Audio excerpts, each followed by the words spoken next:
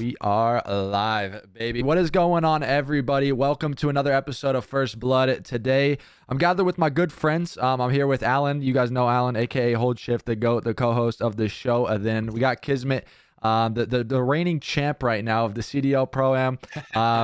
He's just joined the league actually, and plays in his first Pro-Am and what goes on to win the event. But how you doing, Kiz? How's life treating you, man?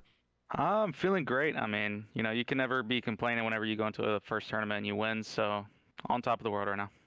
Awesome. Alan, how's the Friday? I can't complain, man. I love Friday's my favorite day of the week. I think it is for everyone. It's the best vibe. Has to be. It has to be. It's so strange because like the last 2 days they moved all the Challengers Elite to be Wednesday, Thursday instead of Tuesday, Wednesday. So like now we get Wednesday, Thursday, Friday, Saturday, Sunday. COD. I'm pumped, man. I'm ready to go for the weekend. Yep, me too, man. Me too. But Kiz, let's let everyone know about kind of who you are. Maybe if people haven't really followed CDL for a long time, maybe there's some new faces who haven't recognized you. But kind of just give everyone maybe a little rundown of where you come from. I know you and we did an interview at the Pro-Am about it, but just kind of from your S&D days to where you are now. And I guess if anyone doesn't know who you play for, obviously he plays for New York. So. Long story short, I've been playing COD for a long time, since probably like 10 years old. Started in the S&D scene back in Ghost. That was like the only thing I played was S&D. I didn't know anything about Respawn. I kind of like fiddled with it a little bit, nothing crazy. But going through that, we had my first year was my breakout year, and I guess you'd either say World War II or BO4. I'd say BO4. World War II was like a little bit. BO4 was the main one when I was on E6, and then going into transitioning from CWL into CDL, I joined the Paris Legion for my year one. It was a rocky boat. It started off okay, and then it plummeted real bad, real fast. And since then, I've been doing challengers. I was on Built by Gamers the year before in Cold War, and then this year I was on Texas Nation at the beginning, and landed my spot here on New York, where things are looking phenomenal. Yeah, no, definitely. I definitely don't think you could complain right now. Like you said, it was the first event you guys play together. You guys go out, you dominate pools. Alan and I talked about it a little bit. You guys lost one map, right? The entire pool play? In pool play, we lost one map. Overall, we lost 3. Yeah, so I mean, it was 18 and 3 map count. Yeah, that's an insane performance from just the team. I mean, how has it been kind of, transitioning into, like, you were on Texas Nation, right? You found a lot of success early on this year in Challengers. Things were kind of rolling for you guys. Obviously, there was talks of some of your players getting like interest on some of these teams and whatnot. And then transition, you finally get your shot. How's it kind of been playing with these guys on New York? What's kind of the vibe? Obviously, the vibe's been good, but you've never played with any of these guys, right? Yeah, no, I've only I've played like S&D randomly and whatnot with Paul. I've had like the funny banter with Crim, and then like Paco I've never spoke to before this. So I mean, as far as vibes, I mean they're great. You have a different type of personality with each person, so like there's never a dull moment. And it's just a lot of fun, like getting on and practicing with these guys every day. Yeah, no, definitely. Go ahead, Alan. That's interesting, because I was gonna say the only thing I really wanted to hinge on in this whole conversation is I wanted to give you a massive thank you, because of somebody who watches Challengers and follows Challengers, you're always with the same people for an entire year. So thank you for that. It's always easy to follow you. But that's actually, I'm so glad that Jerry had brought that up. The fact that you went from the last 3 years really playing with largely the same core group of people all the way throughout Challengers, or of course when you're playing on Paris for the most part. Yeah. Now all of a sudden you're just in a brand new environment. So like, how did that conversation even start in the first place? Like, was it just Crim saying like, yo, I'm watching you in Challengers, you're nasty, or is it something different? No, it was totally different. So I don't know if you guys followed a little bit, but there was a lot of S&D 8s that's been going on the past like month. Pac started them up and we've been playing them. So Paul X was playing them a lot. And I was just absolutely frying in them. Like, I was in the best flow state. Like, I just didn't lose gunfights. I was playing the best. I was making shot calls, everything. And Paul was like, dude, you're nasty. So we, like, joined a separate call, and he's like, dude, I got to do something. Like, I got to talk to the guys about you getting on New York. Because at the same time was, like, whatever stuff was happening. And he was like, I need to vouch for you and see if they'll listen. And at first they were like, I don't know. And then they finally like said, yeah. And like, you could ask Porter, he'll probably back it up. He says it all the time. He's like, ever since Paul made that shot call with me, he was like, I trust you with my life. So it's all like to Paul X. He was the main one that like kind of put my name out there. And then from there, like obviously they watched and whatnot. But so shout out to him. That's crazy. That is kind of nuts. It comes from, I mean, that's the way it should be though, realistically. Like, I mean, it's kind of like low key working under the radar. Like I mean, that's what like eights and SND eights are for. It's like to get reps with other players to kind of get like a comfortability. But that's dope how it came like kind of full circle for you. You come from the SND scene, you're grinding SND eights, and then you come into getting onto a pro team from it. That's awesome though. Happy for you, and again, congratulations on the win and everything. It's a really cool accomplishment, I'm sure, and it feels great to do it probably with a new set of guys. Oh, yeah. I appreciate it. Yeah, no problem. So I guess I want to talk a little bit about this team, because New York has they've struggled right through the entirety of the year so far. They've had their ups, they've had their downs. The kickoff classic, going back way when to when the game started, they were solid. Everyone was like, oh, this New York team's going to be great, whatever. Then they obviously can't find success. They've been flopping around these rosters. They put in you, and like you said, you go 18-3 map count. That's crazy. Do you, I guess my question for you would be, has it just been I mean, obviously everyone knows it's a honeymoon thing, like honeymoon's real of a team, but have scrims and everything just been going well this entire time? Like, did you expect that dominant of a performance at the Pro-Am? I know most people said oh, it's a practice event, whatever, but I don't care what it was. I mean, that's a great performance from a team to come in new roster, 18, only dropped 3 maps of the entirety of a tournament. I mean, that's dominant. Oh yeah, I mean, you can say Mickey Mouse or not. I mean, at the end of the day, it's 250K. Like 250K is 250K. But as far as practice and whatnot, if I'm being just straight up real, I mean, it was good. It wasn't the best. It was I mean, you could always be better. You know what I'm saying? You could dominate in scrims. So there was times where not that I was doubtful, but I was okay, let's try and the first goal was okay, let's just get out of pools, you know what I mean? And then after that, we'll see what happens. Obviously we want to win, as a confidence thing, but I didn't know if it was a for sure gonna everything click. And then I think when we played at that event though, after the first Wednesday, whenever we were scrimming that Thursday when we were going into our pool play matches, you could tell the vibes were perfect. We were clicking, everything was working, we were bouncing off of each other, we were all talking, you know what I mean? There was no one voice. And then going into the matches, I mean, we were just a lot of confidence. And then after those matches, the scrims that we've had the past couple days, and yesterday, and then going into today, hopefully, they've been absolutely dominant. You would think we were the team that won now. We're playing scrims and winning majority of our maps every single time. So, which is a really good thing. So this is I think the fun thing about this whole roster change, and not just the fact that you guys had won, but how much instant success was there. You guys won more hard points in one event than the entire team had the entire season leading up to that point. Yeah. So a lot of people are going to say it, and I imagine on the desk it's going to be said today. The word honeymoon is going to come into play. How much of this is just natural synergy and chemistry with a bunch of guys you've never played with before versus just maybe you're bringing in new ideas that are actually going to make up a new core identity for what this team is going to be for the rest of the season? I mean, okay, there's obviously, everybody could say a honeymoon period. I think that does tie into a fact of okay, we'll say Bokeh Hardpoint, for example. Sure. People didn't know what to veto against us. It was a good map for us. So maybe now that we play, you don't know what people might do. But the thing is yeah, you could say honeymoon, but at the end of the day, people have touched on it. The core 3 of this team, Paul X, Porter, and Paco, are some of the best Call of Duty players right now and in previous years. So you put the right player with them to mesh and put the puzzle piece together, I guess, in a sense. They're gonna do good. It doesn't matter who it is. It could be some random guy in rank play that just knows how to play the way that I do, I guess, and it fits right. They're gonna be a top team. So I mean, yeah, you can argue honeymoon, but it's not I don't know, how you were saying the map count thing. It'd be different if we were winning map 5 every time, 5-5, on the very some technical type thing. But we were dominating majority of the maps, majority of the series. You could argue maybe the Toronto one was kind of fluky, whatever, but at the end of the day we clutched. I mean, we're icy. It's it's how COD is. So I don't think it was necessarily just a honeymoon luck. You know what I mean? We won that in a dominant fashion. We deserve that win. I like that call. It's just I know that conversation point's going to come up at some point today on the desk, especially considering that you guys are going up against Atlanta today, which is by no means an easy opponent. But obviously you guys are tested, so that means hey. I'm pumped for that matchup. But yeah, same. I mean, I hope we can come out. I mean, obviously right now they look a little bit more weak than they have. Yeah. I just hope that we can actually prove through this match, because people were saying oh, they haven't played a top team yet. How good are they? Blah blah blah. So hopefully this match will kind of maybe solidify something, so it's not so much just oh, they got lucky. You know what I mean? Right. I like that.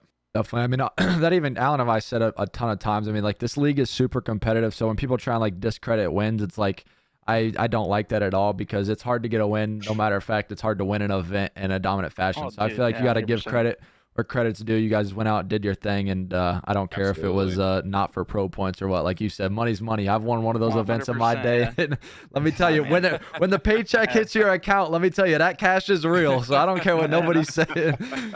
100%. So I definitely feel you there. But I guess some question came to mind, or when I was sitting here listening to you two talk. Has it been easy, like kind of working with Paco on a sub duo with like I know people say he has like a little bit harder with English, but you've teamed with Brezzy now, so Yeah. you're maybe used to a little bit of like a language barrier there. Has it been kind of easy for you to transition with that guy being your like new sub duo? You don't really know too much about him and everything.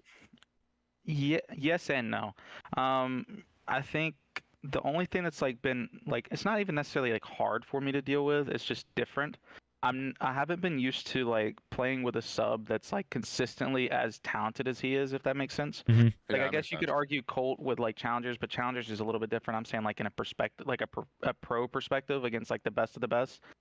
Because I've had like issues where like say my Paris team or like whatever, where there's times where I feel like I have to do everything or something, and this guy like makes it where you don't have to do everything. You just have to do your role as well as the other players and do your role. And whenever you do that, like the game will flow correctly and easy, and you don't have to worry about too much. So I think that's the only thing that's been like weird getting used to, but it's not necessarily a bad thing. And then outside of that, yeah, the language barrier, all that stuff is not a problem. I've teamed with people that have had a language gap or whatever you want to call it, and it's fine. He does good. He gives good input. He calls out like crazy. It's like a normal teammate. That's awesome. Yeah, I mean, it's funny you say that too, because I feel like I'm glad that you can recognize that being so young, like coming into the scene. When you do have like an elite level submachine gun player, like for you to already recognize, like, hey, sometimes I can just like take the back seat. Like this guy's gonna take over and just kind of fill the role or fill the gap Oh, that yeah. you need to. That's awesome to see this early on for your team. But obviously you guys have a heavy schedule coming up. Alan, I don't know if you can pull that up. Curious Yeah, I got if it. you have it, but. Yeah. You guys are going to get to go through your kind of first major three like online qualifiers and then go into an event and kind of get some more reps. Yep. I guess just kind of not maybe what's the game plan, but are you guys just kind of doing the same thing, just scrimming every day, focusing on search and destroy, just getting like kind of more comfortable with a map pool over the next few weeks and, into going into major three and kind of just being able to understand like more what these teams do and getting more reps together? I mean, obviously, like we want to do teams' tendencies, like obviously, but it's whenever you're playing against teams like that, they're gonna switch stuff. It's like you can only do so much when it comes to that. I think our biggest goal going into Major 3 and like even these qualifier matches is expanding our map pool, because I think we have one of the stronger S&D teams for the most part. So I think S&D will come natural and it'll be good. We'll be able to counter people, change our plays, all that stuff. But right now, I just want to make sure that like our respawn, whether if it's control or hardpoint, I don't care how we win a series, but just expanding that map pool so that we're not necessarily having an auto veto, but vetoing towards our opponents, if that makes sense.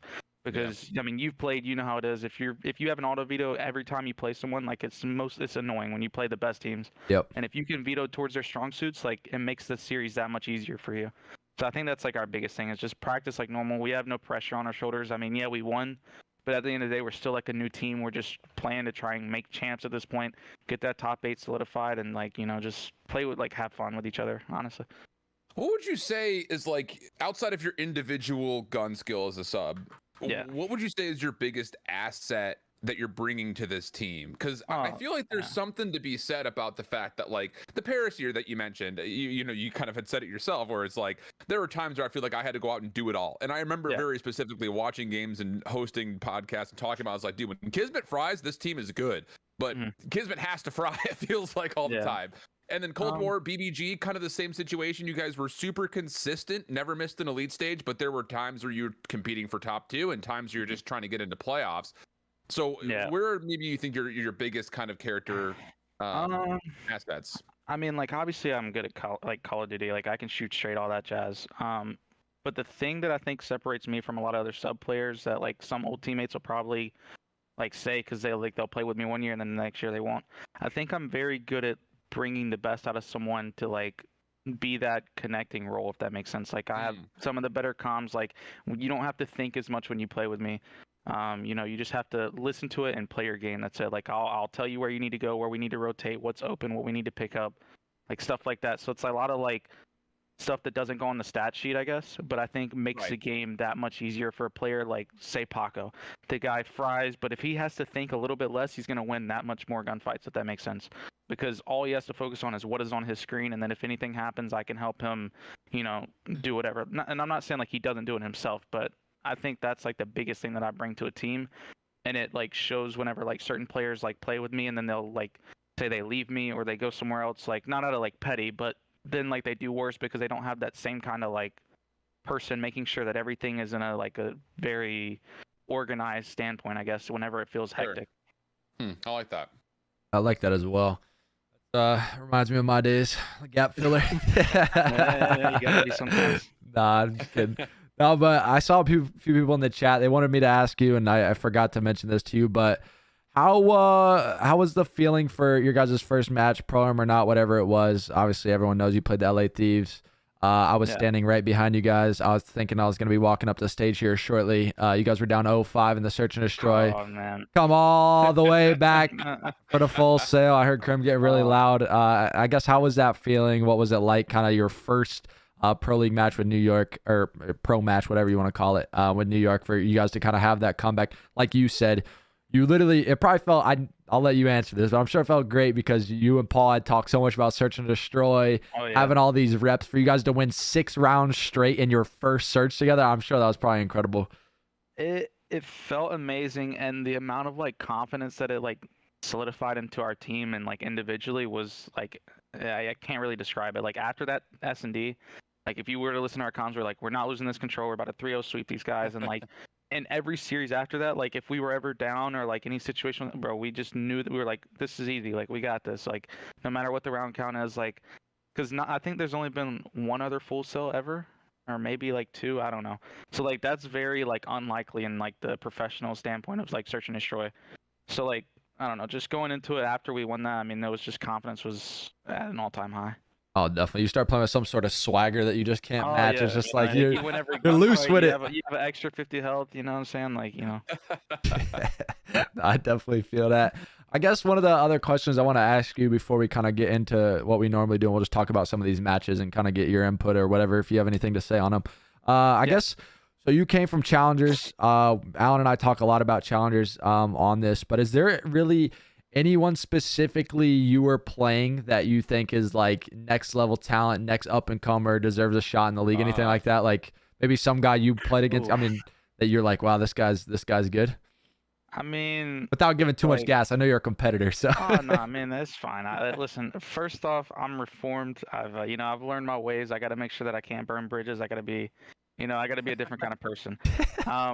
But I mean, realistically, there's so many people in Challengers. Like I've said it a while. Like Challengers is one of the hardest things to win in. Yep. It is so hard. Sometimes I think it's harder than professional play, just because there's so many like talented people that deserve a shot. If I had to give 2 names, I think the first 2 that come to my head instantly has got to be Scrappy from NA. That kid is gross. He's definitely next up next year, or maybe even this year. Who knows? And then EU side, from playing him at the Pro-Am, was that Wardy guy. The guy Wardy's nuts. That guy is something else, bro. Something else. 100%. I want to talk. Our team tested you guys pretty good. They were screaming. I mean, Kiz, I called them cheeseburgers. I don't know. Wait, Kiz, I was telling Alan, because we talked about this, I think, last week on Saturday or Sunday after I left the event. But I was telling him I was watching that match, and like, dude, those kids were getting loud. Like, that was like I don't know, it brought me back to an open bracket matchup. But I remember I was telling Alan, like after map 2, I think Paul stood up and like I was trying to set the scene for everyone at home. Like people obviously couldn't see the venue, but like basically they played like facing each other in a way, but there was like a wall barrier in between them. And like Paul, they won the search and destroy, and Paul X stood up, walked to the other side of the like wall, and was walking behind them like, don't run your mouth, don't run your mouth. I was crying, dude. It was actually comedy. It was literally like an old time like local event. Like you were, like you said, you're just set up beside it, like in between each other, and you could technically, if there wasn't that little bit of wall, it's like the old version. You stand up and you can talk trash between each other. Yeah, no, it's definitely a sight to see. That whole event brought me back to like the good old days of Call of Duty where we were watching multiple matches, people getting loud in a venue. It's definitely fun to watch because it's been a few Oh years yeah. since we've gotten to kind of experience that. But Alan, I don't know if you got anything else specifically you wanted to ask his or any questions you saw in chat before we kind of move on to the matches for today, or I think I'm pretty good. If I don't have a leash on myself, I'm just gonna talk challengers for the whole next 30 minutes. So Shout we'll out to put a pause challengers. on that. That's the Absolutely, place. man. Yeah. it's where you get built up from the ground Oh up, yeah, right? dude. Nah, but I don't want to go back. Please no. I'm good. I'm good where I'm at. You know what I'm saying? I will say it's funny you said that though. 'Cause I said the same thing. I've obviously been blessed to be able to play in the pro league for like over 10 years and well, and then Yeah. the CDL for back to back to back years. But I said when I went down to challengers, I was like, bro, I'll be honest, like this is harder than the pro league. Like no cap, Dude, just because you're playing like the ping I mean, differential is so you gotta annoying. think. The like everything is just way worse. I mean, it's that, but like you gotta think of how like okay, first off, like you're not getting like most people aren't getting paid, so it's stressful. Yeah. Yep. Then you're playing a cup or something every single weekend. You don't really have time to like reset mental like anything. It's like cups, elite, scrims every day, like back to back to back to back to back. Like the pro league, you have like some kind of like leeway to like relax a second. That it's literally a million miles an hour every single day, and it's very like I don't know, it taxes on your brain, and it's a lot. Yeah. Hmm. No, I definitely feel I'm happy for you to kind of get out of that though and be able to be in the pro It league and feels find the good, man. It success that you feels guys good. have. I'm sure it was a long time coming for you. You were down in the pit for a minute, baby, but you're out. It's all good. We back. We back. No, that's cool though. But let's transition thing. It's into the matches, and this is kind of where you can give whatever type of input you want, kids. But we usually just kind of on the show we'll break down some of the matches, talk about the teams going to be playing today, and we'll kind of get your opinion, talk about vetoes and whatnot. So the first match of the day, we got LA Thieves going up against the London Royal Ravens, and this one should be a banger, man. I was talking about this a little bit earlier to my stream. It's kind of we've seen the mix up of like Zero potentially running a sub, and now apparently he's back to the AR. They're kind of flipping, flopping roles just to try and make it work. Obviously, they're still going to be playing with Harry. So that's kind of crazy. I want to ask real quick, are you guys playing with this auto update in the matches today? I think so. I mean, we scrimmed yesterday with it, so I would assume so. Yeah. All right. Unless I don't know, they might tell me something otherwise. But for right now, yeah, we are. Okay. Good to know. A little 30 bullets in the clip for the automaton. I bet that's probably all the sub players aren't too happy about that one. They're probably asking for Bloom to be gone. Yeah, it's alright. I mean, I don't know. We scrimmed yesterday with it. It didn't seem like. I mean, it's not going to change like, really it didn't anything. change. The only thing that it changed a little bit is you could tell like certain times like they were a little bit more like they would wall bang more. They would like you know what I mean. Like they keep pre-firing just because they have that extra little bit. But I mean, it didn't change like super like a whole bunch. No, that's not gonna be too bad, I would imagine. But Alan, I've kind of been a little hard on the Thieves, a little bit over the last few weeks, and we gotta kind of see their true colors today, see if they can come out and kind of make this role swap work. Obviously, they had a good showing at the Pro-Am, but overall, through I would say the last month and a half or so, it's been a rough patch for them. Yeah, absolutely. I mean, kids, you got to look at both of these two teams. Yep. What were your kind of takeaways? Obviously, we kind of categorized your first time playing up against Thieves by the full sale, but we didn't get a chance to talk much about your guys' match versus London. What was your kind of take when you guys played against Ravens with Harry? To be completely honest, without trying to be like mean or like take away from people's like skill, whatever, I don't think the London team makes sense with Harry. I think we played them there, and then we scrimmed them yesterday, and it just I feel like they're in a really big role crisis. With like obviously like Harry being a main AR from the past, Trey's obviously like wanting to run main. He has ran a sub in the past, but he's not comfortable yet, and like it's such a quick turnaround, like he doesn't really have a chance to change that. So I don't know what that team really like. I don't know what you can do unless like they just bite the bullet and like maybe keep Harry at main or teach the guy a sub or just force Trey to learn a sub or a flex roll, whatever. Because like I said, I don't know. Right now, just that team genuinely just doesn't make sense to me. Like I don't know. They're too slow paced. They don't have I don't know. Because Gizmo was that like in a sense like he was that puzzle piece in a way to like make sure that like they still had some sort of pace with Afro and like doing stuff. Like now it just feels like it's Afro and Afro only. And the rest are like, way behind them and don't like help trade. And if he gets shut down, the team like doesn't do anything. Yeah, So that makes sense. Yeah, I think that's a really good shout. Just, I mean, I think a lot of people were looking to say like Gizmo kind of is that glue. I mean, like a lot yeah. of teams are kind of categorized right now by the flexes, kind of more than anything else. Mhm. Yeah, it's tough. And no, they're definitely in a weird spot. I feel like they're similar to kind of what Optic was like at the Pro-Am, right? They bring in General. I think General's a great player, but they have General and Dashing. It was kind of like one of those things where we saw them in the last few days. They pick up Prolute. We can talk about that here for the next match, but Yeah. it's just like, I Yeah. feel like the roles just don't make sense. And it's like people, I guess like the fans sometimes don't understand how hard that can be, like from a pacing Oh, yeah. standpoint. Like whenever you have a flex player, like you were saying, you have a Gizmo, you had a Paul X played on this London team for a little bit. When you ever have that like aggressive guy who's able to take those uncomfortable gunfights and kind of open up the map for your teammates, and then you replace them for a slower AR, it kind of throws off the pace, and you kind of have to relearn the whole system. It's literally like you go from like you could say you had a core 3, like it's a whole new team at that point. Yep. Like Right. it's not the same at all. Like nowhere near it. So, I don't know. Yeah. So I guess this kind of whole matchup is kind of categorized by whose role crises do we feel more confident in a way? Because I mean, as much as LA Thieves were obviously much improved result wise, I think there are still some people that are looking at this team with a raised eyebrow, right? When it comes down to like, is this actually the most efficient roster that could be put together considering the roles at the moment? So Yeah. I mean, I don't know. That team's like, I don't know. Right now, it's so crazy to say too. Like, I feel like their biggest X factor right now is just if Kenny can perform or not. Like when he performs, I feel the same way. Yeah. for that team, they're good. I mean, shoot, look at their finals versus us when we played Berlin. Like they were piecing. Like they are a talented team, and I think they'll figure it out. I don't think they have any like. I think people are putting too much of a magnifying glass on them. I think they're going to be okay. It's just going to be a matter of like them getting that confidence back at like how they had at the beginning of the year. And mainly, like I think right now is just if Kenny can just get comfortable with like his teammates and where he is, like as his role. Yeah, I think for them it's just a time thing, right? It's like if they are gonna make this work, it's gonna take a little bit of time. My biggest woe is just like figuring out that consistency aspect. It's like sometimes it can take a little bit to kind of get in that groove of things. But I will say they've gotten a lot of tournament reps from the Pro-Am. They've gotten a lot of good quality reps from these tournaments. So hopefully they can kind of figure it out in Major 3. But I'll be honest, like I like to keep it real. I tell Alan every day I'm a realist. So I'm really worried about these London guys, though. I really am. I think this is where we could. Yeah. I don't know how long Gizmo's going to be out. I don't know what their situation looks like on the backside of things. No idea.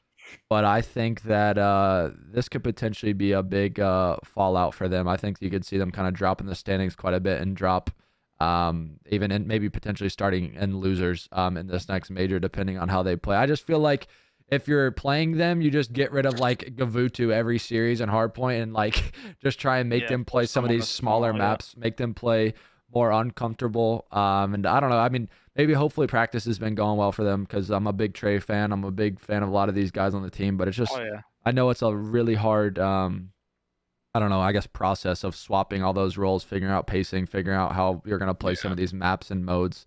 But it's definitely going to be an interesting series to unfold. It's kind of hard to predict vetoes like we usually do, Alan, a little bit because we don't really know London's map pool too often or too much with this hairy guy being added to the roster. Yeah, I mean, you have to feel like they're going to take Bokaj out of the rotation. It's just the makeup of the roster doesn't make much sense. And I think like we were talking about, I think Thieves, the thing about it is like Thieves, they still kind of have this maybe false sense of confidence about their Gavutu in a way, because there are times where they'll still force themselves onto it. And it's like, well, what are we doing here? So, maybe there's an opportunity for Gavutu to stay in. Maybe we'll see like a Tuscan Gavutu or something. I just think if you're Thieves, you just cannot allow this London team to play Berlin Gavutu as both their hard points. It just gives the door too much of an opening, I think, for them to do something that you don't expect. Yeah, no, I definitely agree with you. I mean, there's honestly not too much to talk about at these two teams. We've kind of seen, like we talked about, LA Thieves, the role swap. London, obviously, now trying to figure it out. I'm ready to do some predictions, kids. You can either sit out on this or predict if you would like. I mean, I could throw something. It don't really matter. Whatever you want to do, Alan. I'll let you kick us off, and then we can kind of go around the circle and figure it out from there. I'm a crazy guy. Ego, I got this feeling, and after last season and the breaking point predictions where I had a really good prediction rate, but some of the flex maps that I could have been like, oh, maybe this team will win, and I'm going to kind of differentiate myself from the rest of the pack, cost me. from being stage 2 champions. So I'm actually going to go with London in this one. I just have some feeling that there's going to be some magic just off this London team kind of getting some more time to get familiar with one another. I mean, they're already pretty familiar with one another. But I think Thieves moving back to online will kind of give us a different look at this Thieves team. So I'm going to take London, but I'm going to do it at 3-2 form, and that's mostly just for the differentiating myself from the rest of the prediction pools. Yeah, I like it. I like it. Kids, take it away. I didn't think about online, but I'm gonna be honest. I think it's gonna be 3-0 for LA Thieves, like quick, fast, maybe 40-minute series. It's gonna be fast. I don't really think London have a chance. I'm gonna be honest, Alan. I don't want to be that guy today, but I'm not going with you. No, but I'm going to differentiate. No, I like it. I like it. I do that all the time. That's why we saw the separation in the standings of the points. I like to do some bold claims here and there, so that when I'm right, I'm actually looking like a genius. No, but I got LA Thieves in this one. I think they're gonna take it 3-1 fashion. I think overall they're just a better team. I think London's kind of got their work cut out for them, and LA Thieves have gotten some good quality reps over the last few weeks and kind of got some of their confidence and swagger back. And I think they'll probably struggle versus some of the top teams, but I think they'll be able to handle business versus London in this series and kind of take it away. So I'm going LA Thieves 3-1. For what it's worth, Harry is a nasty search player, though. Yeah. And this Thieves team is prone to mistakes on search and destroy. So there's opportunities maybe, but I don't know. His hit out there. I don't know. Kiss is like, man, just shift his face. I don't know. I mean, if they come out and win, that's sick for them. Obviously, I just don't see a world that it happens. Yeah, I mean, it's a tough matchup, right? It's not even like an easy little sweep by for London. They got a hard match to start the week for them and kind of get things rolling for the online qualifying stages. So best of luck to both these teams. Hopefully it'll be a banger day to start the weekend of CDL matches, because I'm looking forward to it. But we got the second match of the day, man. This one, I'm actually so excited for this. I'm sorry, kids. This may be my favorite match of the entire day. But it's for sure mine. I'm very excited for this one. You got Optic going up against LAG, and for all of you guys, if you guys are watching on YouTube or watching live with us on Twitch, if you guys haven't heard, Optic basically made pretty much last second decision. They came home from the Pro-Am. They played pretty well, I would say, for having a fill-in and kind of putting General in that rough spot. They ended up taking down FaZe, but losing the round after that. But they substitute General out. He was their substitute, and they put in Prolute from the amateur scene. And I kind of want to get you to talk a little bit on it, Alan. I have had so many questions in my stream about Prolute. Will it work? And you are the perfect guy to talk about it. So tell everyone at home a little bit about him. I've kind of told everyone basically he's like a gap filler. He kind of does the dirty work. He's a selfless player. He's going to grab bomb and search and do that thing. But talk a little bit about him. Tell the fans and everyone, and the Optic fans specifically, about him.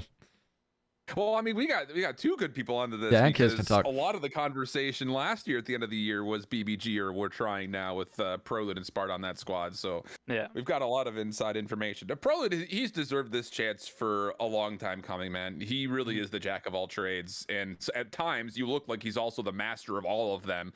I think the role that he fulfilled last year was probably the most important reason of why that We're Trying Now squad was as good as they were at the end of the year.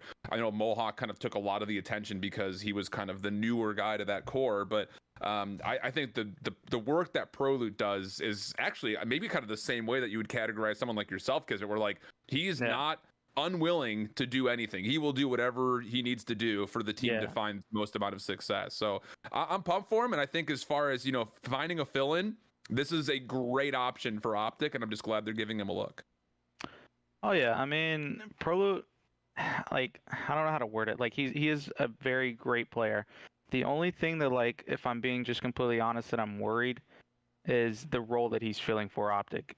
Ender is a very vocal player that's going to make these guys, he's kind of like in a similar spot of like how I do with my team. Like, Ender's making sure that all the pieces are perfect.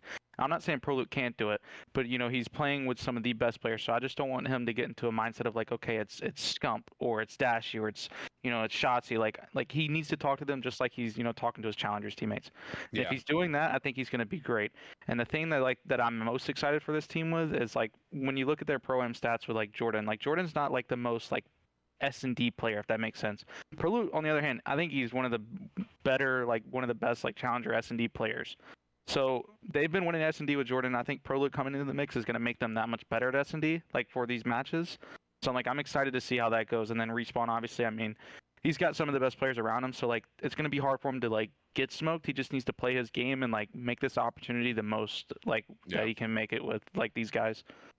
Yeah, no, I completely agree. I think for him, it's like, I just hope he doesn't, like what you said, because I hope he doesn't fall into like uncomfortability, I guess, with the squad. I hope he just treats it like he is friends with these guys. He's in that illy circle with all those guys. He kind of came up with some of them. He plays S&D with them all the time. So I think that's a huge plus if you're an Optic fan, because they have Search and Destroy. They were already doing really well. And then now he comes from a Search and Destroy background too. So he knows these guys very well. I just hope that he can kind of just treat it like it is what it is and just have some fun with it almost in a way with no pressure. That way he can come out and definitely fry and do his thing.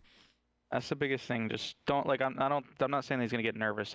That's the biggest thing. Don't get nervous because he's teaming with those players. You know what I mean? Just or it's because it's your first shot in the league. Either thing. Like just play cool. Have like just play your game and he'll be fine. Yeah. No, I definitely agree. And I think he is gonna be playing in the hex quarters today with them, so side by side with all the guys. So it's probably a little bit of a different experience. So I'm happy for him. I hope he shows out. I think it's always cool to see like guys from challengers come and get their opportunity in their first pro league match, first debut.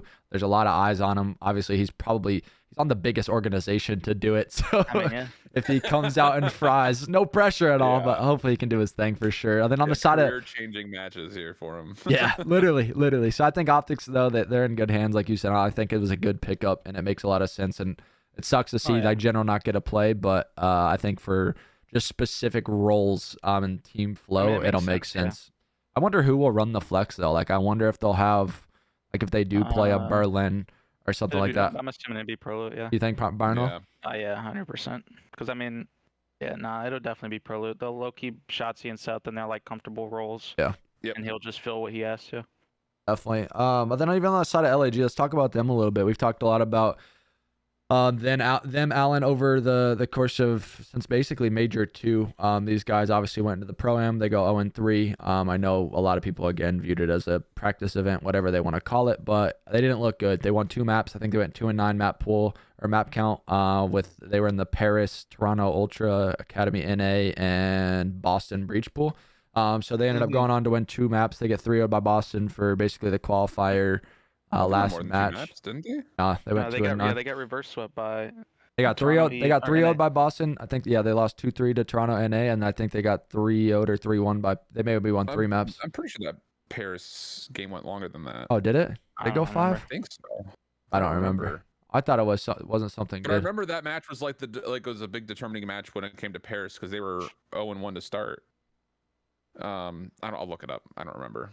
I don't remember either, but regardless, they went 0-3 in their pool. They really didn't look too good. I guess, Alan, are you, I don't know, questioning anything from this squad? I mean, we talked a little bit after Major 2. They went on to do like I think it was an 11-game winning streak in Search and Destroy. Team was flowing. Yeah. We talked a little bit about the Volk. I know some people had said things that their respawn wouldn't have been as good without that Volk. And then the only thing we've seen really from them since Major 2, we had the month break off. We don't know how scrims are going on the backside of things, going to the pool play, and they went 0-3. Yeah, the biggest thing is this, like, not to point fingers, but we've heard this before. We've talked about it before. Like LAG, as much as we're all still very impressed by Spart, it really does feel like this team is kind of make or break based on what we see from Asim and Hook. Yeah. And I think that when they get success playing loose, playing quick, and making life easy for Spartan Slasher, this team looks like it could win a championship any day of the week. But when there's struggles and we're not finessing our life long enough, we're not creating opportunities by just staying alive, and we're just kind of force-feeding engagements, this team looks like it could be beat by anybody. And I think that's what we kind of more saw during the Pro-Am. I don't know. I think they're the biggest question mark, and kind of even throughout their run through stage 2, I still kind of look at their control as being like a big factor for them. It's by far their worst mode overall. And with a new map being added into the pool, I think it just stretches them even thinner into already what is their worst map mode combination. So I don't know. I think that this is a tough overall matchup. But if there is a world where Asim and Hook kind of do what they did during stage 2 quals, and they're just kind of being able to run a little bit more loose and making life difficult for Optic's subs, or maybe even just Prolute getting into a good position, then there's opportunities to, I think, still win maps. I just don't feel good about their opportunities in this entire series. Yeah, no, I'm with you. I mean, Kiz, have you gotten to play either of these teams recently, like in practice or anything, or no? We were supposed to play Optic one day, but my teammates had like got the vaccine stuff, so they were not feeling good. LAG, I mean, I think we played them like, I want to say maybe once or so before the Pro-Am. I mean, it's just like so hard to like, I mean, I think Optic's gonna be fine. LAG though, like they're really good at S&D, right? I think that they can easily beat almost anybody in a game 2 and 5 if they have to. Like, they have very good strats, very good players to do all that. They're, like you said, their biggest problem though is like when it comes to like the respawn game modes, like they're not anywhere dominant in either one of the like hardpoint or control. So I think like they just have to pick one and like really hone into it, because I think S&D is not going to go away. They just have to take the time to actually get good at one of the two, and then, as you mentioned before, like the biggest thing too about that team is whether or not like Asim and Kyler can like actually like fly around and do what they have to do on the map to like make the game easy. Because I think at the Pro-Am, Asim didn't have he didn't have the best event, and I think it really like kind of like showed the weaknesses of that team. But when he's frying, like you said, that team is they're unreal. So they just have to make sure that he's playing comfortable and they'll be fine. It just, they have to focus on one of the respawns, whether it be hardpoint or control, and like make sure that they're good and let S&D just do its thing. Yeah. I'm curious to see how this matchup unfolds too, because like you said, I mean, we all know LAG's notorious for their search and destroy, and we've been talking a lot about Optic. I mean, that took them deep into the Pro-Am. Their search and destroys look good. And something to mention too, for everyone, if you guys are again watching on YouTube or with us live on Twitch, Prolute is really good friends with Spart. They teamed together in Challengers. They won amateur champs in Cold War. They've teamed together. So it's like outside of the big brand battle between LAG and Optic, it's like a really fun, friendly banter for these two, because these guys, like on the backside of things, they are really, really close friends. So it's funny to see, like we talked about Spart when he got to come back and play some people he was very comfortable playing against. And it's like the same thing for Prolute. It's like, yeah, he has his work cut out for him playing for this Optic team, but at least he's going up against a familiar face, and he's going to get a shoot against the guy he's been playing against and competing with for a long time. So I'm definitely really excited for the matchup. It's going to be a banger, I think, just because LEG's kind of been struggling lately, and then on the side of Optic, they're playing with a completely new guy, and I'm not sure, I don't know if you know, Kiz, but how many reps or like days they've gotten practice with Prolute. I have no idea. Let's see. It can't be a lot. No more than, I'm going to say maybe 4 would be like the most I can think of, maybe 4 or 5. Yeah. If they played from like the Monday that we came back from the event, they probably didn't scrim Monday. Let's just say they didn't. So Tuesday, Wednesday, Thursday, maybe 3, and if they played a day 4. Yeah, and I know he probably had to travel to Texas one of the days too. So I wonder if they scrimmed that day or if he took an early flight or whatnot. I have no idea. So yeah, that's true. They definitely are under practice, to say the least. But I mean, hopefully he can kind of get comfortable with them in the time being. But I'm ready to throw some things to predictions. I think I know where I'm going with this one. Kids, if you want to start it out this one, go for it. If you know where you're going, or if you don't, I can start us off. It don't matter. If I had to like truthfully pick one, I think Optic's gonna take it. 3-1 probably. 3-1. Okay, Yeah. okay. I like it. Alan, go ahead. That's my exact same prediction as well. I think I've got Optic taking the 3 respawns and LAG taking the first search. Yeah. But I'm rooting for literally 2 players in this entire matchup, so I'm hoping that both Spartan Pro have good matches. Just have good matches out of both of them, yeah. That's it. You want to see 1.2s from both of them and 0.9s from everyone else in the lobby?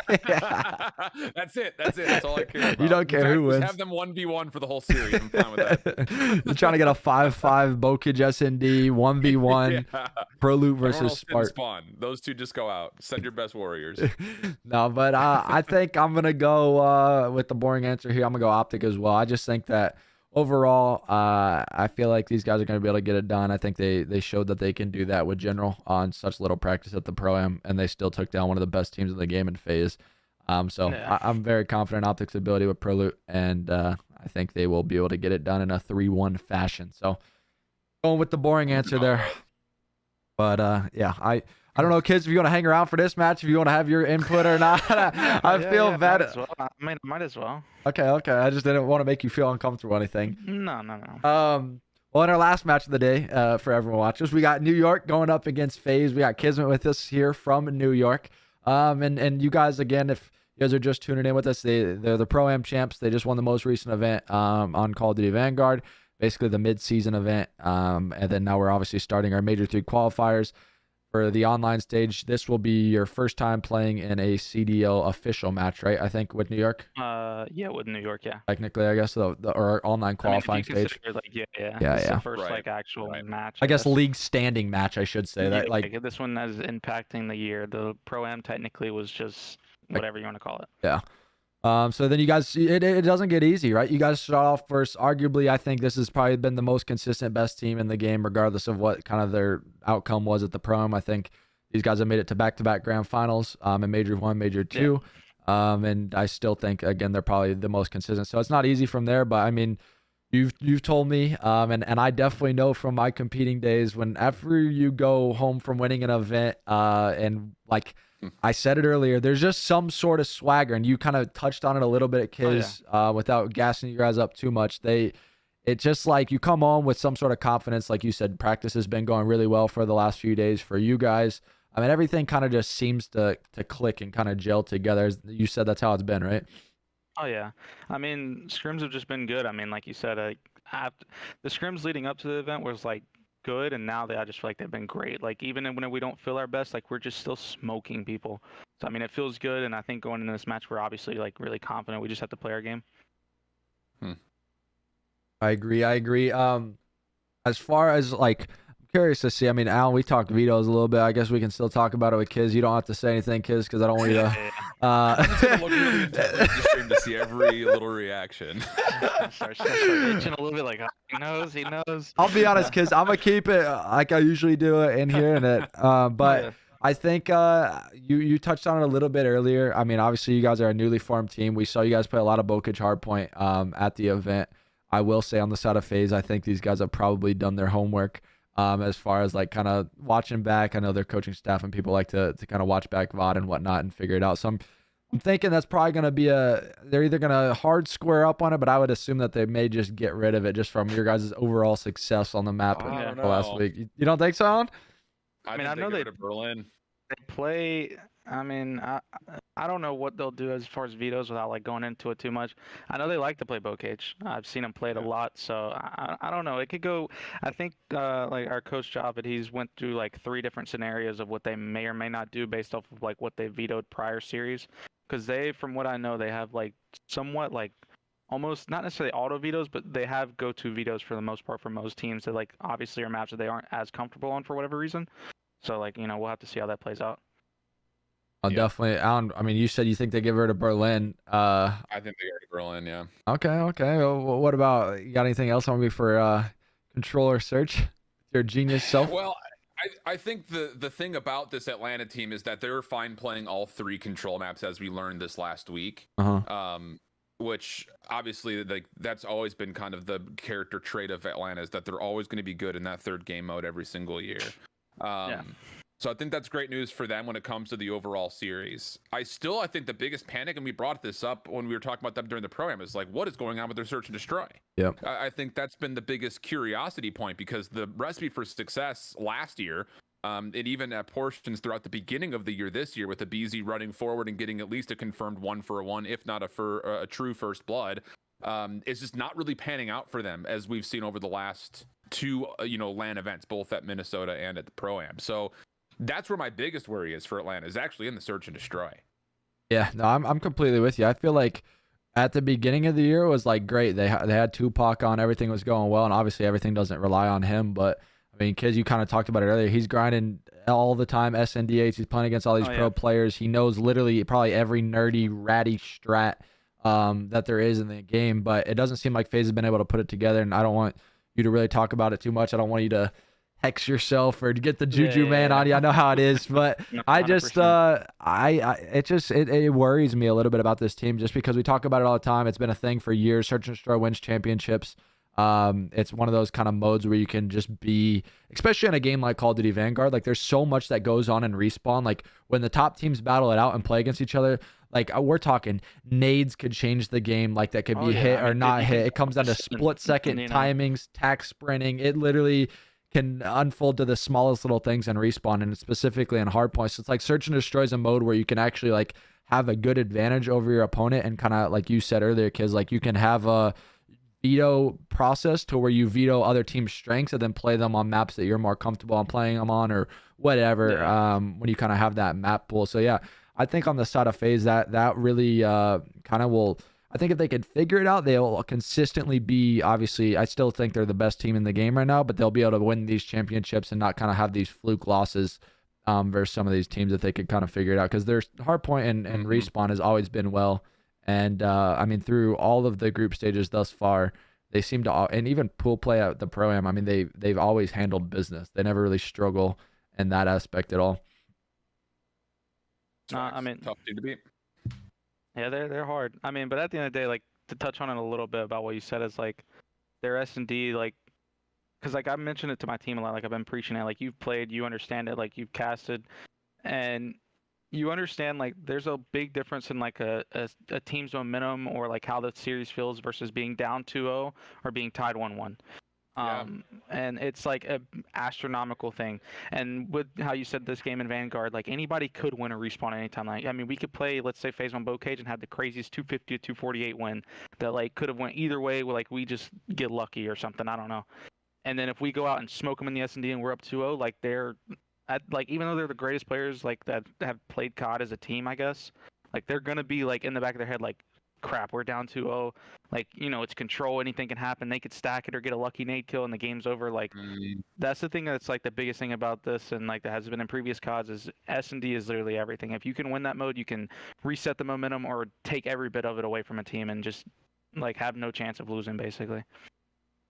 Yeah, no, I love that. I think it's been a thing for really like the last 2-3 years, ever since kind of the CDL franchise when it went down to 48 players. I feel like most of the time the respawns are very competitive with kind of whatever team you play, and I feel like that was going back to what I said. It's like no win is an easy win anymore in the league. Like you got to come with your A game ready to play, especially in a mixy game like this. And I think what you said is huge. I think that's kind of where you can have a big gap on some of these teams and kind of find that separation or skill gap, whatever you'd like to call it, when it comes down to the top teams. But Alan, I don't know if you want to do predictions while Kiz is on here. I don't know if you care. If you don't care, we can do it. No, do your thing. Do your thing. I'm not. It's not gonna make me mad or anything. Great. I love this because I think I'm about to light a fire into Kiz real quick. Oh, 3-0 FaZe. No, I'm not. I don't think it's 3-0. I think if this series goes 5, I think New York wins it. However, I think we're about to see 2 different 250 to 220 hard points and a round 5 control. And I know a lot of people are going to be like, well, if FaZe lost to Optic with a sub on LAN, there's very real possibility that they lose to New York with Kiz online. And I think that's very true. However, I think that you have to remind people that when we were breaking it down, Jerry, like that match versus Optic, like if you pick up that mid pinch against Scump, you win that Tuscan and it ends in 4. So I think this goes 4, and I've got Atlanta winning all of the respawns, missing this map 2 search and destroy. But I think that we're about to have the 3 closest respawn maps that we've seen so far this year. Like actually 220 to 250 pluses and a 3-2 control. I think this is going to be a really tight series. Yeah, I respect that. I like it. I like it. I feel so bad doing all this with kids in the call, but hey, it's cool. No, it's fine. It's fine. I feel like a dick. I'm sorry, but no, I really do think this is gonna be a crazy series. I think just from the sole fact that you guys have looked great. Like we were talked about it earlier. If you guys are just joining, New York they won the Pro-Am. They went 18-3 map count. It's an insane performance out of them. But I think they have a very tough match today on FaZe, and I think if I know the Atlanta FaZe, they're coming out hungry today. They don't want to kind of start in that slump like they were. I'm sure they got a lot of flack and hate that they have been getting all year long, losing to Optic with a sub. So I think this is going to be a very competitive series. I'll give New York the edge in search and destroy, but I think I'm going 3-1 FaZe as well. If it were to go map 5, I think it's a New York dub all day long. I think so too. I think that if they can get at that stretch, they definitely have a huge gap there. But I'm with you, Alan. I think it's going to be a 2-2 control. I think the hard points are going to be literally coin toss. I think it's going to be the Parasite coin toss series that we talk about all the time, Alan, where it comes down to literally, like you said, 250, 230, 220, whatever it is. It's going to be a back and forth battle. I'm excited to watch it, man. I hope you can prove me wrong, kids, because you guys have looked great over the last few weeks. So. I'm a big fan of you, man. I like it. I like your come up. We've played a lot of COD together. over the last few years. I remember it goes all the way back to the BO3 S&D days. We were playing wagers, me, you, and Colt. So cool to see your come up, man. I'm glad to see you doing well and doing your thing in the Pro League. But yeah, man, I'll kind of let you get to it, Alan, and I can kind of wrap up the show. We appreciate you coming on and hanging out, and hope we got to answer a lot of the questions for some of the fans and guys who are watching. Again, if you guys don't know who Kiz is, class act, good guy, back in the Pro League, won his first event on New York, and he's making his debut into the Pro League standing matches today. He'll be going up last match against Atlanta FaZe. So best of luck today, brother. We appreciate you coming on, and thank you so much for your time, bro. Anytime you want to come on and talk COD, feel free, bro. Oh yeah, I appreciate it, guys. I appreciate you guys coming shame out. us if we miss our predictions today. Listen, yeah, and if you win, just tweet me a winky face. Yeah, if we do anything crazy today, I might do a little something. Nothing crazy, but just tag me on Twitter and tweet me a winky face, and I'll just love it. I got But best of luck, man. Do your thing, and I'll let you kind of get to it, bro. Get your game. I appreciate it. Look, Matt. Yeah, later, bro. Guys, you guys have a good one. Take care, man. You too, buddy. All right, Alan, let me swap things over. Bang, bang. That felt awkward doing that, but hey, it is what it is, right? That's the way it goes sometimes, man. No, I really, I remember the first time that I met Kismet. It was actually during the launch weekend. He was hanging out in one of the hotel lobbies, and he was wearing his Paris gear, and I was like, yo, Kismet, you may not know me. He's like, I know who you are. And I was like, I've loved casting you through BO4. I've loved everything you guys done. Yeah, it's hard to not be a Kismet fan, man. He's awesome. Yeah, no, he's definitely a good guy. So chat, go show him some love, mods, if you guys can put his socials in there. Shout out to Kiz for coming on the show today. He's again a great guy, and we wish him nothing but the best in his match today, and the entirety of stage 3. It's gonna be a lot of fun. Tough schedule for him, honestly. We kind of talked about it after before they went on to win, talking about like, hey, like this would be a great momentum starter for New York, who has to play Atlanta today, Boston on Sunday, then next week they've got Paris, Toronto, and then they finish off their quals by playing Texas. So I think that the timing of this move plus the win sets them up to really be in a position for a lot of the community and journalists and analysts out there when it comes to power rankings. We'll get a really good look to see if this New York team can get another win at some point throughout this year, just based off this qualification stage. So I'm pumped for them, man. I think they're going to have a good stage, and I think they're going to beat some teams that a lot of people would not have normally said that they would have had a chance against as early as, last stage in stage 2. I completely agree. And did you say you had that up for who they play this week or over the next few weeks? If you have that, they've got Atlanta. I can I can just share my screen real quick. Don't worry about all the golf stuff I'm being added about. There we go. I got it up now. Atlanta. Obviously Boston, and then they've got Paris next week with Toronto, and then Texas as well is to kind of finish things off. Okay, I like it. It's gonna be probably the hardest schedule, honestly, out of all the other teams that are playing through groups. This is probably the hardest technical schedule based on the fact that they play the top 2 teams in the game right now, I think in a lot of people's minds, but also a Boston team that has looked really good in the past, and then also Toronto, who obviously did pretty well during the Pro-Am. So this is a tough schedule for New York compared to other team schedules. Definitely. No, I'm with you. I mean, it's going to be fun to watch them kind of unfold and see what they can do. I mean, like you said, I think it can make a huge swing in the grand scheme of things, kind of for standings and tier lists or whatever you want to call them. You got to get a true look at what these guys are really capable of. And I think today people will be able to put a lot more respect. Like, I don't know. I hate how they don't get the respect they deserve after that win, but I feel like today, if they come out and they were to win, I mean, what a better way to do it though than like we saw. I mean, this brings me back to my Cold War days with Florida. Whenever we brought Neptune in, like we played FaZe first time in our opening match, and it was just like, okay, cool. It's kind of like a win-win in a way. Everyone expects you to lose, but you go out there and win. This New York situation is a little bit different. Like these guys are the reigning champs right now, but if they were to go out and beat FaZe, it's like, oh shoot, like these guys are the real deal. For real. Like these guys are really a top caliber team in the game. So I don't know. I'm very excited to watch it. That's for sure. But I think we got a really good day of matches. I'm more excited for matches 2 and 3 than I am, I think, the first one. But overall, going to be an exciting one for sure. I'm not sure I think so as well. Yep. I'm not sure if you want to take chat questions for a little bit or wrap it up. I don't care. Chat, if you guys have any questions, feel free to put them in the stream. We'll try and answer a few little questions for a little bit before the CDL goes live. Again, shout out to Kismet for coming on. If you guys are watching with us live, make sure to please follow the channel. And if you guys are over here on the YouTube. Make sure to please subscribe to the channel. We're live again every single day. We'll be live tomorrow and Sunday for 2 hours before the CDL goes live for a little pre-show and maybe bringing on some other players and whatnot. So yeah, if you guys have COD related questions, CDL related questions, feel free to ask them in the chat. I see one coming in from Gianni. Thoughts on Boston changing their comms and S&D? Wait, what? The prime in case the other team heard that. Wait, what? I didn't know about that. Is that a thing? I did not know about this either. Changing? I don't know. Here's a good one from Baked Beams though. Do you think Neptune will get another chance? I know my answer on that. I don't know if you want to touch on it first. Is he playing challengers? If there's expansions, I think he gets another chance. Yeah, absolutely. Is he in challengers right now? Is he in challengers right now? Yeah. I don't. Yeah, he plays with whatever it takes. Because they picked up Major Maniac as well. They were like, because Brack and Two Real were playing with Prolute. And then when Prolute got picked, they picked up Major Maniac, and Neptune came in almost immediately. It was the same day that they made the switch with Kismet going and playing with New York. Neptune came in and is playing with whatever it takes. Okay. I mean, I'll be honest. He looks good in challengers. Yeah. I won't lie, he looks good. Yeah. I mean, this is a similar situation to Clayster. I just feel like it's very hard for him to get another shot. I think when you have someone like him on the bench and just knowing the way the business side of things work, I say this all the time, I just don't think that he realistically is going to get another shot this year, unfortunately.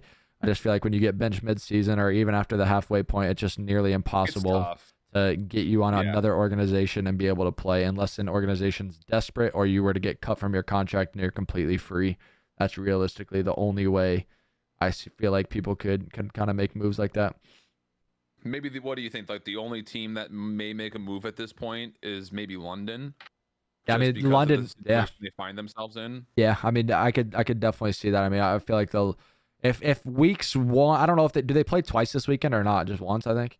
I would have to look. Let me see. I have it up right twice. here. They play Paris start tomorrow. Listen, I'll call it now. Matches. I don't know your thoughts on it. If they go 0-2, if they lose today to Thieves and Paris, I would assume that they bring in someone on a 14-day for the remaining weeks.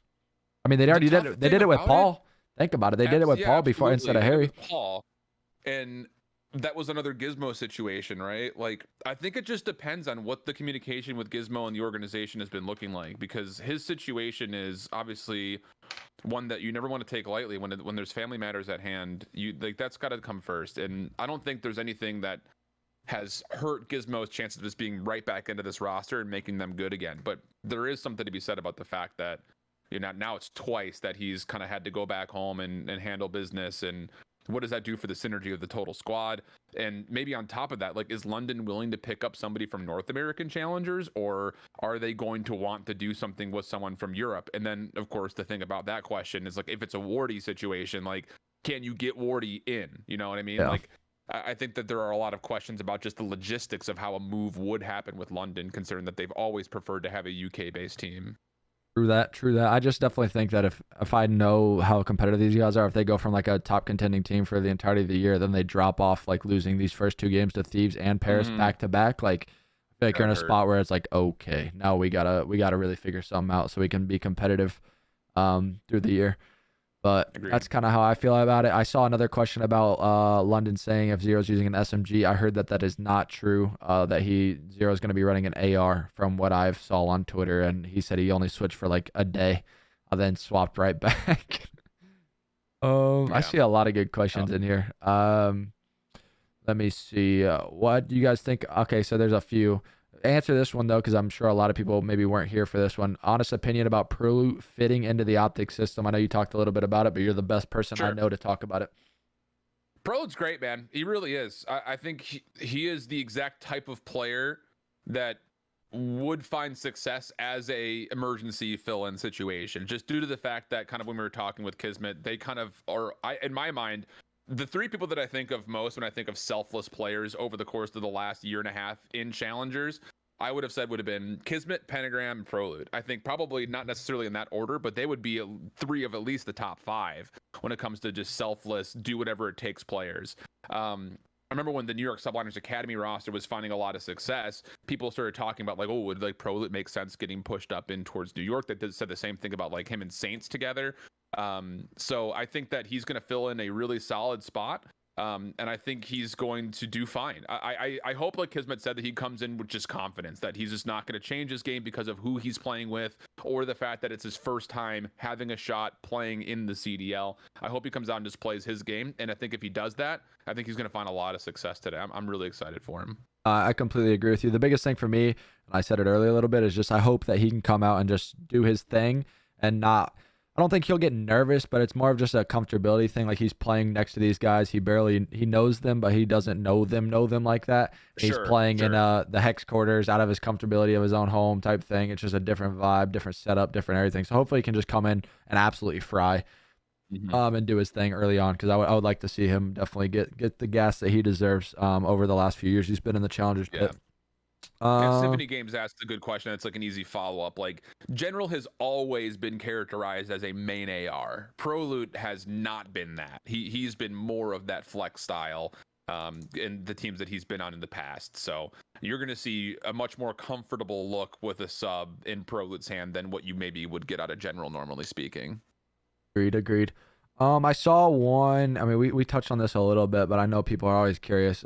People asked about our thoughts on Havoc. Is it the right move for Minnesota Rocker? And I know you and I kind of have similar opinions. We just feel that nothing to do. I think Havoc's a great player. I think he's a great pickup. He was frying in Challengers, rightfully so, deserves to be in the league. We just both feel like Minnesota should have probably made a more of a two-person swap instead of kind of just trying to flip things with one person. I feel like that team was just kind of, I don't know, not one person was just going to transform this team to make them all of a sudden a top 4 team. I feel like they needed a new scenery, kind of like Kids. He's coming in playing with 3 new players. I feel like doing something like that with that team, like keeping a core 2 and swapping in 2 new guys who you never played with, would refresh everything for them and kind of give them a new vibe to the team. So I don't know. Hopefully they can iron it all out and kind of get it working, but I am worried about this Minnesota team. Yeah, and I think it's just for the same reasons that we had talked about in the first place. And it sucks for someone like Major Maniac. I know we've seen questions like, how has Major been playing in his first week of Challengers again? He played great, played fine. I never thought that Major Maniac was a problem for this team. I feel like he always puts himself in the right position. He's always in the right spot, I feel like. And that was something that I could not say about Major Maniac at the beginning of last year in Cold War. I felt like he was too slow. He was always behind the play. I feel like he's at least a part of the initiative play every single time. I think the speed he learned in Challengers when he got dropped down from last year and then brought back up really was a huge improvement in his overall play style. And I don't think he's been a problem at all for this Minnesota team this year. But the problem about it is when you're dealing with Standy, who kind of has a quote-unquote franchise tag for Minnesota on him, and then Attach and Priesta, like, there is kind of an odd man out situation. And I think that just kind of falls on Major Maniac being the lesser prestigious player, even though I don't think, technically speaking, play style wise, he was the problem for that team. Yeah, no, I completely agree. I see another good question. We've talked about this a little bit from Trouble Twos. He says, is there any saving the Paris org? They have no facilities. Their players are playing from their bedrooms. How are they supposed to perform if they are so much less supported than other teams? I mean, I know Alan and I have spoke about this a little bit. I mean, straight up, without, like, I don't want to bash the organization too much, but basically they, from my understanding in Cold War, they went the route of like getting a facility. I know they had places in Texas. It wasn't really a facility. It was like a apartment, but they had some of the similar setups to some of these organizations. And I assume that they probably thought it was just waste of money, I guess, maybe because they weren't performing or doing well.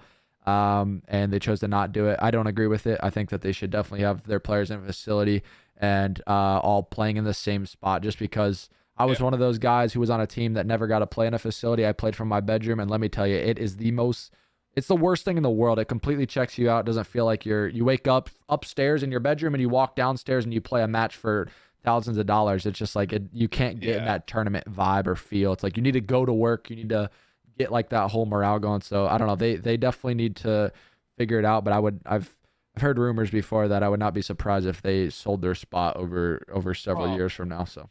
Yeah, that was kind of the question mark and the kind of rumor mill about this last offseason was that Paris was trying to sell and nobody wanted to buy. It's tough scenes, man. I don't know how their Overwatch League team is doing yet, but that was also kind of a big thing with the Paris Eternal. It was kind of like, what is Paris doing? I think this ownership group they need someone who is just like an esports product manager that, okay, we've got the money, we want to spend it, we want to be in esports, but we need somebody who can like actually direct us to the things that need to happen, because I thought that, you know, the moves they've made in the last couple of years to like try to bring in an actual staff behind them. Like obviously we saw Theory get pulled in, but now you've also got Apox in the mix as an actual assistant coach. Like they're very clearly wanting to get involved to do the right things. It's just kind of, you know, half-assed, pardon my French, in a way. Yeah, no, I agree. I mean, pardon my French. Get it. Question Not I have for intentional, you, but- Alan, is I mean, we spoke about this a little last week, but I see a lot of people kind of talking about, I see someone saying, Ryan's asking about Ultra, if they'll follow up and continue to do well. I guess if you didn't see them play well early on in this stage, do you see them making a change right away? With like we talked about it, having Scrappy, having Hixie on the bench, their AM team Right. looked great. I saw, who was it? I saw JP. I don't know if you saw JP's tweet. He said, let me pull it up. He basically said, looking back at some of the Pro-Am VOD, and I'm not going to lie, I'm super impressed with how well Toronto Academy and A guys moved together as a unit in SND. Very fun to watch. Glad they were able to showcase it versus pro teams. So, like, we've spoken about it a little bit, and I don't know if everyone knows in chatter and on YouTube, but, like, Toronto has Scrappy and they have Hixie already signed to their CDL, like, official CDL substitute. So, like, they literally could play today. They could play tomorrow. They don't have to wait for any league approval. It's done. So I don't know. Do you think that they have that back pocket, like, and they are willing to do that if things were to get rough quick, or do you think they give them time because they have been improving? I think with the kind of hopium that was kind of put into this team after their top 4 finish at Pro-Am, I think you now have the cause to give them the rest of the year. Yeah. I think the other thing to keep in mind, as much as a 1-for-1 or 2-for-2 exchange could be with Hixie and Scrappy, I think you also have to just kind of wonder about the overall chemistry, because Hixie obviously has some playtime experience either with or against the players that are on the main roster, but Scrappy comes into a brand new environment, having never really played with any of these EU players before in the past, or against them for that matter, because he obviously got put in, his competitive career started after BO4, and when, you know, we kind of saw that units team and stuff like that kind of do well at champs. So we never really had a chance to play up against a lot of these guys. So I don't know. I think Toronto gives it a chance here. I think if you could salvage the season and continue to play top 4, I think that would be, again, okay for the team at large. Obviously, you want to play for a championship, but I think taking a risk in bringing in 1 or 2 new players after the recent success would be a difficult set of, I think, kind of idealistic ideas against this team with their improvements the way that they've been going. Yeah, no, I completely agree. I will say on the flip side of things, I mean, from my understanding, Scrappy probably got an offer from Toronto to, like, sign on the main team, and I feel it kind of stinks for him just because I think he would be in the league right now, if not getting an offer very soon if he was not under Toronto Academy. Obviously, it's a huge risk going from challengers. You basically get a job offer right away, but I mean, it sucks because sometimes players aren't necessarily as talented. I mean, I'll use a perfect example. Like, look at Cammy from Cold War to now. You would not say Cammy's been MVP, like, as dominant as he was in Cold War to now. And I feel like, I'm not saying that'll happen to Scrappy. I hope he continues to dominate, but let's just say he doesn't get an option or an offer from Toronto to play on the main team. He doesn't have a chance to play basically in the pro league for the entirety of Vanguard, and he's been so good. So I think that stinks a little bit, but I mean, that's just how, I mean, it's a good business move from Toronto for sure.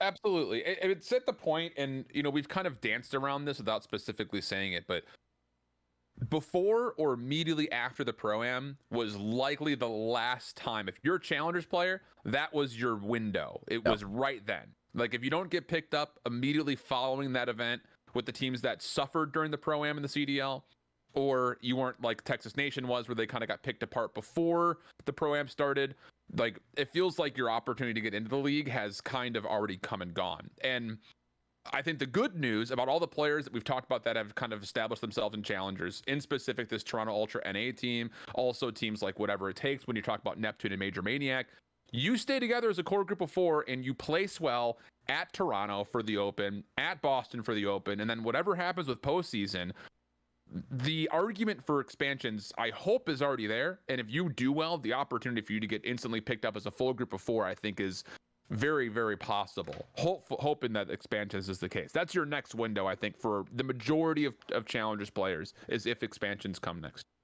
Yeah, no, I completely agree. And I saw some questions about that.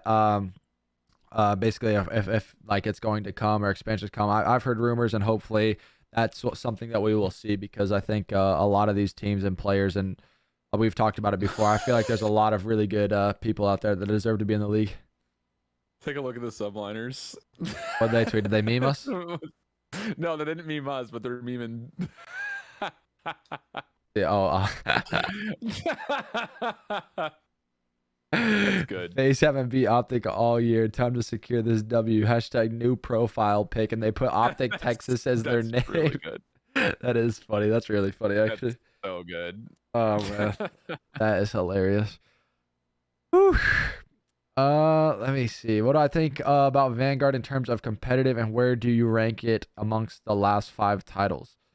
Okay, well, I don't want to get in trouble for any of this or burn any bridges, but Vanguard's fun. It's lit. It's fun to watch. It's cool to I don't mind watching it, but that could be my love for competitive Call of Duty. I just love watching people try and be the best at something that I've known and loved for 10 plus years.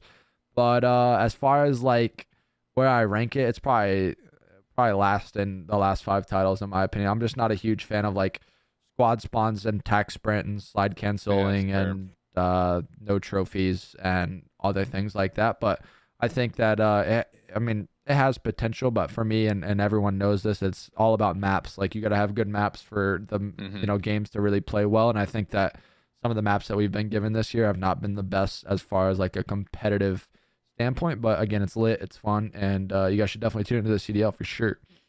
Oh, absolutely. It's just really funny because, like, I remember during Modern Warfare when we knew that we got the word that domination was going to be the 3rd game mode. I was like, man, there's no way I'm about to cast a full year Dom. And every time we loaded into a Dom, I actually enjoyed casting and watching over it. You know, I could have said the same thing. I was like, man, I don't know if I can watch Gavudu all year long, but every time we load into it, I always find something to nerd out about. And it's gotta be our love for it, right? Gotta be. It's just passion. Just passion. Just drip it in it. Drip or drown, right? Pretty much. I see another question, and then we can kind of wrap things up unless you got any more. But last one was kind of just someone that kept asking if they see Major coming back to the team. And again, you and I have spoke about this a little bit. I would not be surprised if you see him come back, and I would not be surprised if he's on the bench for the entirety of the year. For me, it's just like, if they don't find success, I think they do something similar to what they kind of did last year, where they maybe throw him back into the mix and then swap out something else. But I tell you what, after this they're going to give them Major 3 for sure, like the whole thing. And then at that point, it's like, you're not picking up another player. You're not picking up an amateur player. The only thing you're doing is maybe like this is realistically the only thing I could see them doing is like, let's say you put in Major, I guess, for, I don't even know what you would do. You would put in I don't know. If you move Major for Priesta. Yeah, I don't know. But then I feel like that's just, I don't know. That'd be silly. So maybe they could move attach back to a sub somehow, or try I don't know. Who knows? I could see it though. Gen G revival with Havoc and Major back on the team. A little Gen G reunion. I mean, if it's not working, maybe just create a search and destroy God squad. Yeah, put Major and Havoc in. Then like put your other 2 best search players, put attach and 1 more, and then just hope that you just win games 2 and 5 and steal a respawn if you can't figure out anything early onto this Major 3. Yeah, it's tough, man. Their schedule's also going to put a lot of stress on them, because there are matches that they should be looking at saying we should win these, but there's also a realistic possibility that they only win 1 match this whole schedule. They've got LAG, LA Thieves, and then they've got next week Toronto, Florida, and then they finish off their quals playing Atlanta. So you realistically need to win 2 of the 4 in your first 2 weeks. And even that might not be enough to get you into the upper bracket. That's tough, man. That's not a pretty matchup at all, to be honest. Those are like and the thing about it is, like, if you're Minnesota, like you have to beat LAG, you have to beat Toronto, you have to beat Florida. Yeah. You just have to. And those are like must-win matches versus teams that are arguably middle of the pack or top half of the teams that have performed better than them through the entirety of the year. So yeah, they gotta squeeze out some wins early on. It's gonna be a mixy schedule for them, to say the least. Yeah, for real. It's just tough. Yeah. I think I don't know. I think the only moves I think you're going to see from here on out are subs getting into starting roles. That's probably the only big move that we probably see. Yeah, I've spoke on it a ton, but yeah, I feel like when you get to the point where we are over the halfway point of the year now in Call of Duty for COD Vanguard. Like we are 60% done, I would say, with the year. We got 2 more majors in COD Champs, and it's like this major is going to fly by. Like these 3 weeks are going to be done quick. Then we go straight into, what is it, Toronto. Then you said we have a month off after that, I think, something like that. Something weird. We do, yeah. The like whole month of June. That is super weird. Or July, one of the two. Let me see here. It's like the whole month of June, yeah. I think it is. Stage 4. So Major 3 ends on June the 5th. We don't see CCL Stage 4 start until June the 24th. Wow. So we're going to have like 20 days in between those, and then who knows how long between July 17th, which is the New York Major, to whenever postseason and playoff starts. So there could be another 2-3 week gap there too if they continue to do it in the middle of August like they have been. Jeez Louise. Yeah, it's been a weird schedule. That's definitely interesting, but I'm ready to wrap things up unless you got anything else. I think we've kind of hit on everything for today. It's going to be some exciting matchups. If you guys missed the start of this, we will be live on YouTube. We got LA Thieves versus London, followed by Optic Texas with their new fill-in versus LAG, and then followed or the last match of the day, New York versus Atlanta FaZe. So it's going to be a fun day of Call of Duty. I'm excited to watch it. I'm excited for the matches to kind of get underway, and they'll be going live in about 40 minutes or so. So it's going to be a fun day of COD. If you guys are over on YouTube, make sure to please subscribe to the channel again, and comment down below if you guys like to see anyone else come on. It was fun having Kismet on, getting his insight on some of the things, and he gave us a lot more than I thought, low-key. I feel like he was giving some good insight on some of the teams, so I was excited to see that. I'm just pumped for it, man. That's been the kind of, I hate to say it as the challengers guy, but I've just been so excited to see all the new challengers players finding success this year. Every single one of them has been successful in some regard throughout the year, which is great. No, I completely agree with you. And I think that's like, realistically, it sucks for some of the pros, but it's like how it should be. I mean, you're literally grinding to be the best player in the world, and if you can showcase that you deserve to be in the league, I think rightfully so, you should be able to do that. So I'm with you on that. So if you guys are watching with us over on Twitch right now live, make sure to please again follow the channel. Go show some love to Alan. His Twitter at and everything is down under below his web box there. So mods, you can go show some love on his socials. Go spam his stuff. Go follow us all on all our social medias. We're constantly tweeting or talking about COD in some fashion. So we will be live tomorrow for another pre-show, and I will continue to be live. I'm going to watch the matches and hang out for a little bit and hang out with you guys before I get on for the rest of my day. So appreciate you guys. PSA. Love you guys. What's up? Go ahead. I've got a little PSA. Hit it. College COD playoffs this weekend, Saturday and Sunday. Immediately after the CCL is or CDL is over, you can find it on Twitch at twitch.tv/college. COD is the final 16 teams. The top 4 from each of the East and the Western regions will be playing on LAN for the first time. So don't miss out on it. It's a really good show. It's a really good production, and you actually are going to see some pretty notable names that are in challengers and had seen former pro play. So what time is that? There. When is that? This weekend? And what time? That's going to be immediately after the CDL. The first matches are scheduled to start at 9:30 p.m. Eastern time. On what days? Twitch.tv/collegecod. Saturday and Sunday. Wait. Be there. Be square. It, Jerry. What happened? You can watch party it if you want to, Jerry. I appreciate it. Well, I may. We'll see. We'll see what I'm doing on a late Saturday night. My buddy's birthday is then, but hey, I may be around. We'll see. Thanks. But yeah, well, I'm gonna wrap things up here. Thank you guys all for watching. We appreciate you guys. Love you guys, man. It was another good show. A lot of people hanging out with us in chat today, so we appreciate you guys being active and giving chat questions and whatnot. Makes it fun for Alan and I to kind of have some good conversations on stream. So good show. Good show indeed. Appreciate you guys. Have a fantastic rest of your Friday. Hope you guys will hang out in the stream. We'll be back here in just a second. I'm going to put it to the ending screen. Have a fantastic day, and we'll catch you guys in the next episode of First Blood. Peace.